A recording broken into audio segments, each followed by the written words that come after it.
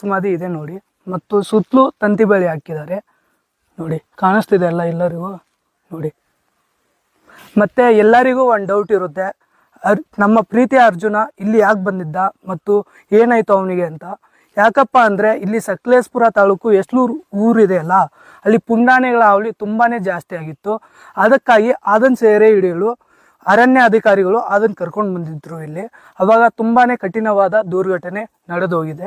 ಯಾಕಪ್ಪ ಅಂದರೆ ಸಮತಟ್ಟಾದ ಜಾಗ ಇಲ್ಲ ಇಲ್ಲಿ, ಒಂದು ಕಡೆ ಉಬ್ಬಾದರೆ ಒಂದು ಕಡೆ ತೆಗ್ಗಿರುತ್ತೆ. ಆವಾಗ ಉಬ್ಬಿತ್ತಲ್ಲ, ಪುಂಡಾನೆ ಮೇಲಿತ್ತು ಮತ್ತು ನಮ್ಮ ಪ್ರೀತಿ ಅರ್ಜುನ ಕೆಳಗೆ ಇದ್ದ. ಪುಂಡಾನೆ ಇತ್ತಲ್ಲ ಅದಕ್ಕೆ 38 ವಯಸ್ಸಾಗಿತ್ತು ಮತ್ತು ನಮ್ಮ ಪ್ರೀತಿ ಅರ್ಜುನನಿಗೆ 60 ವಯಸ್ಸಾಗಿತ್ತು. ಅವಾಗ ಯುವಕರಿಗೂ ಮತ್ತು ಮುದುಕರಿಗೆ ತುಂಬಾ ಡಿಫ್ರೆಂಟ್ ಆಗಿರುತ್ತೆ. ಅವಾಗ ಮುದುಕರು ಕೆಳಗೆ ಇದ್ದರೆ ಯುವಕರು ಮೇಲಾದರೆ ಅದು ಉಡಿಯ ಏಟು ಅವನಿಗೆ ತುಂಬಾ ಎಷ್ಟೇ ಬಲಶಾಲಿ ಆಗಿದ್ರು ಕೆಳಗಿದ್ರೆ ಅದಕ್ಕೆ ಒಂದು ಸರಿಯಾದ ಜಾಗ